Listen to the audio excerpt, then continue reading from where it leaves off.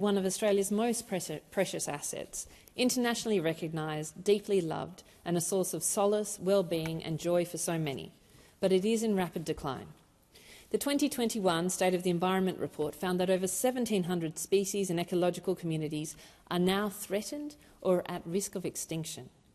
Species loss is accelerating. Our oceans are warming and acidifying. Since that report was tabled, we've seen more extreme weather events, more fossil fuel projects, and still no major overhaul of our broken environmental laws. And it's not just nature that's hurting. Business leaders, economists and investors are increasingly calling for stronger, clearer environmental legislation. They know that uncertainty and delay in project assessments come at a cost, including delaying renewable energy projects critical to combating climate change. They know that degraded ecosystems create risk, not resilience. They know that protecting the environment is essential to long-term productivity, livability and prosperity. As former Treasury Secretary Ken Henry put it in his recent address to the National Press Club, boosting productivity and resilience relies on environmental law reform, but the biggest threat to future productivity growth comes from nature itself, more particularly from its destruction. The Environmental Protection Biodiversity Act reforms have been coming for a long time. First created in 1999, they established a legal framework to protect, manage and preserve nationally and internationally significant flora, fauna, heritage sites and ecosystems. In 2020, Professor Graham Samuels AC's statutory review found our nature laws were outdated, ineffective and not fit to address future or current environmental challenges. It was damning. Since my election in 2022, I've called for a stronger EPBC, which will finally fix our broken environmental laws. However, these laws and reforms were overdue 3 years ago. They were overdue 2 years ago. Last year, they were overdue, and they're overdue now. While I welcome the government finally acting, I'll be honest, the process is not appropriate. It is unacceptable to give a bill into the House with 1,500 pages of legislation and expect that the House should vote on this complex legislation within less than 7 days. I can't in good conscience say to my community of Wentworth that I have full confidence in this bill and all its contents within this timeframe. These reforms are complex, the devil is in the detail, and they require full scrutiny. But let me tell you, there are positive things about the reform, and I do want to acknowledge that. There are parts that represent real, albeit overdue, progress. Starting with higher standards. Higher, stronger standards, or national environmental standards, are the cornerstone of the Samuel Review's recommendations. This bill's introduction of new powers to create these standards and to require that decisions made by the Minister of the new Environmental Protection Agency align with them is a welcome and necessary reform. But while this mechanism is promising, its impact depends on the strength of the standards themselves. I understand they sit outside the Act. Transparency is limited. But if government wants to rebuild trust, the standards must face this sort of scrutiny. Secondly, I believe we're going to get stronger enforcement through this law. One of the most welcome elements of the government's proposed EPBC reforms is the establishment of a new National Environmental Protection Agency with the authority and independence to enforce our environmental laws properly. The new agency will have the power to issue environmental protection orders requiring harmful activities to cease, to initiate both directed environmental audits and new compliance audits, and to use real-time tools to monitor breaches and respond effectively. These powers go to the heart of ensuring that the environmental protections are more than just words on paper. Equally important is the strengthening of penalties. Under the proposed reform, the agency will be empowered to seek to substantially increase fines, including civil penalties, up to a really significant $825 million in the most serious cases. Now, I think these are important both for the environment but also for business on the basis that bad actors in business make it worse for everybody. If people, if some businesses are trying to do the right thing and follow the right laws, and other businesses can get away without doing the right thing, then you just encourage good businesses to behave badly. Having stronger penalties and clear standards is a way to actually get better action across these and make sure that those bad actors can't run a lower cost business model because there aren't significant penalties. This long overdue shift sends a clear message. Environmental harm will bring serious consequences. Then let's talk for business, and particularly around faster timelines. I welcome the government's introduction of a new streamlined assessment pathway under this legislation. It replaces overlapping, confusing stream with one coherent pathway, cutting duplication and delay. If implemented well, this streamlined model will help accelerate project timelines, provide greater certainty for proponents, and deliver stronger environmental outcomes, an essential balance in today's economic and ecological context. And secondly, let's talk about the assessment process, because I think we have the opportunity in these laws to have less ambiguity about approvals and assessments. So, for instance, clearer definition of what constitutes an unacceptable impact can also be beneficial for the environment and for business, because business needs certainty to invest. They need certainty to put all the effort in to put forward an investment case. And if unacceptable impacts are very clear, then that makes it easier for businesses to make decisions. So for instance, under unacceptable incomes, if an impact would seriously impair the viability of a species or cause significant damage to critical irreparable habitat for the species' survival, then the approval cannot be gained. I believe these are sensible changes. They give a clear understanding of the boundaries while also strengthening environmental protections. Importantly, the government has also committed to introducing bioregional planning as a key part of the new environmental system, and I look forward to seeing these take shape. These regional power plans will provide strategic context for decisions at a landscape scale, proactively identifying areas that are suitable for development, those that are environmentally sensitive, and those where restoration is really needed. If done well, again, it could provide greater certainty and transparency for businesses, improve conservation outcomes, and help reduce delays and duplications in assessments. Because stronger, clearer standards can benefit both nature and business alike. Now let me move to my concerns with the bill.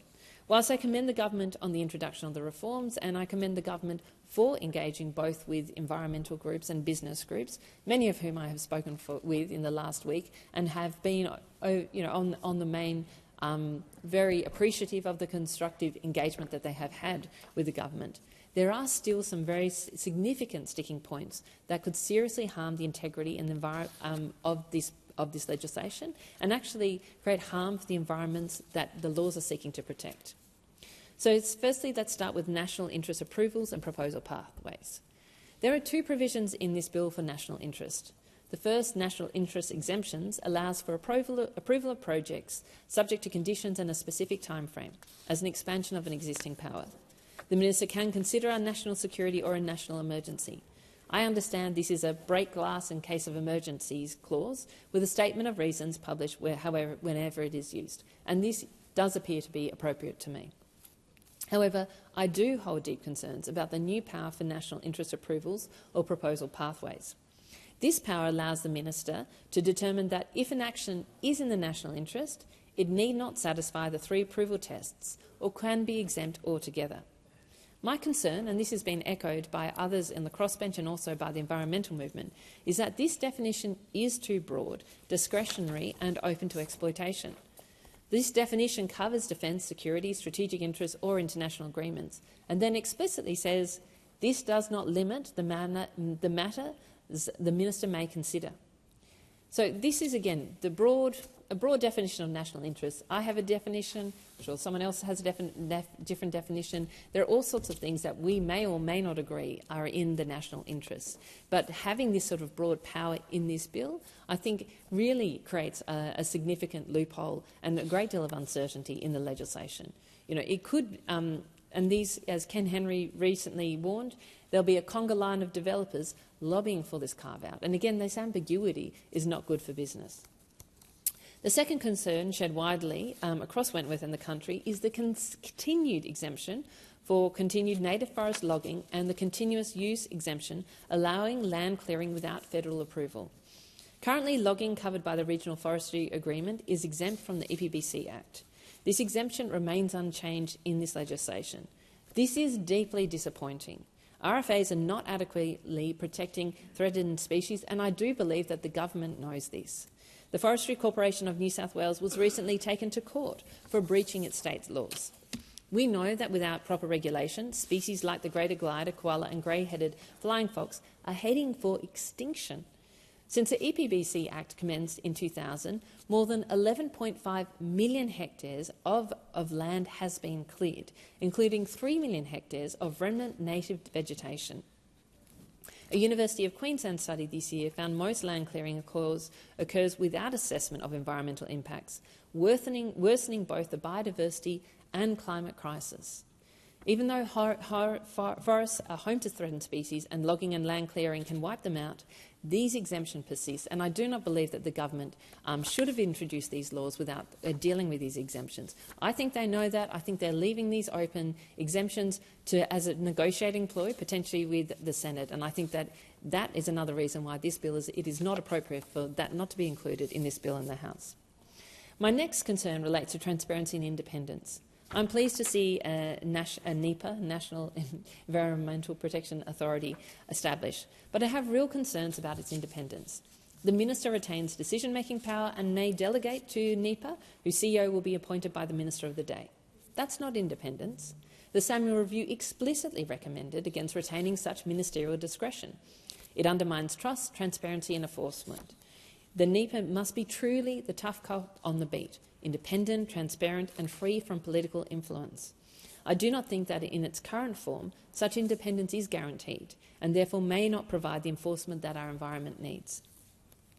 My next concern relates to the Offsets Proposed Restoration Fund. The Samuel Review criticised the overuse of biodiversity offsets, which should be used as a last resort. Instead, they've become the default.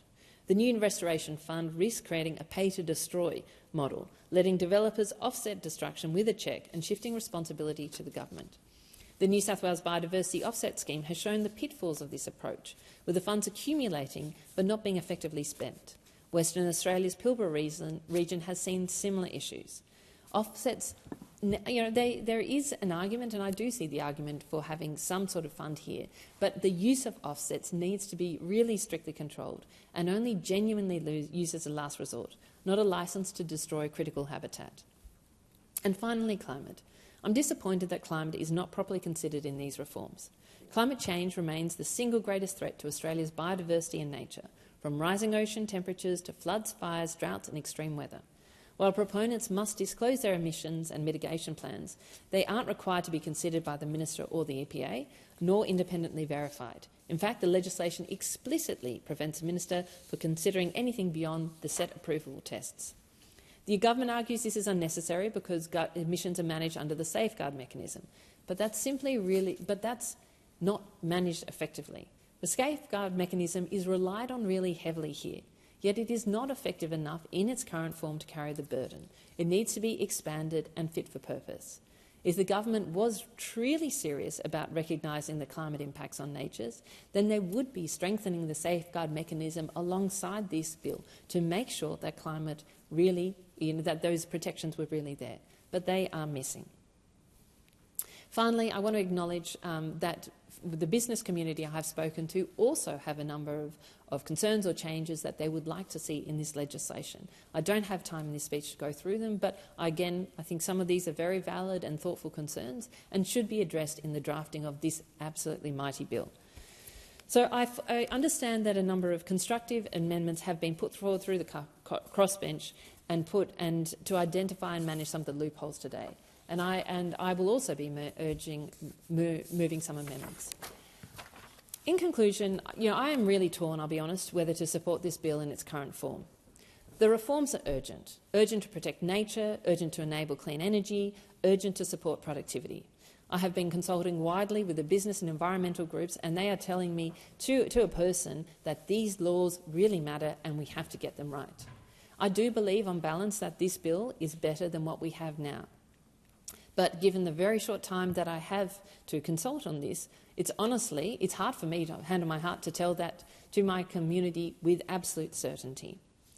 I urge the government, there are opportunities to seriously improve the bill, and I do urge the government to engage seriously with the crossbench amendments that have been put forward in good faith, but also across the parliament. I think there's an opportunity, and I also urge the Coalition, the Greens and all of the other parties in the parliament to work on this bill to get it better and to get it passed It is urgent, it is important, but it still has a way to go. The question is that the amendment be agreed to. I call the member for Menzies. Thank you, Deputy Speaker.